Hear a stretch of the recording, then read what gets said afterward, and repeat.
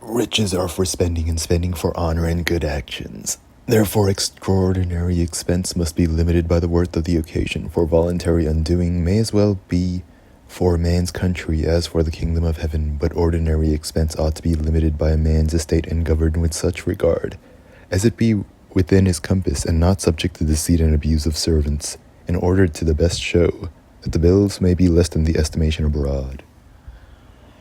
Certainly, if a man will keep but of even hand, his ordinary expenses ought to be but half of his receipts, and if he think to wax rich but to the third part, it is no baseness for the greatest to descend and look into their own estate.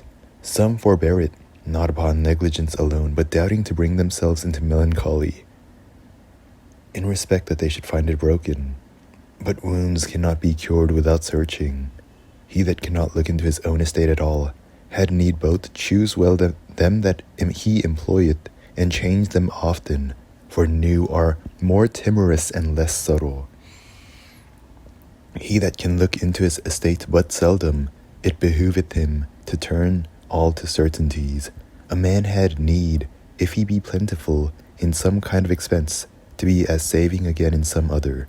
If he be plentiful in diet, to be saving in apparel. If he be plentiful in the hall, to be saving in the stable, and the like. For he that is plentiful in expenses of all kinds will hardly be preserved from decay. In clearing of a man's estate, he may as well hurt himself in being too sudden as in letting it run too long. For hasty selling, it commonly is disadvantageable as interest.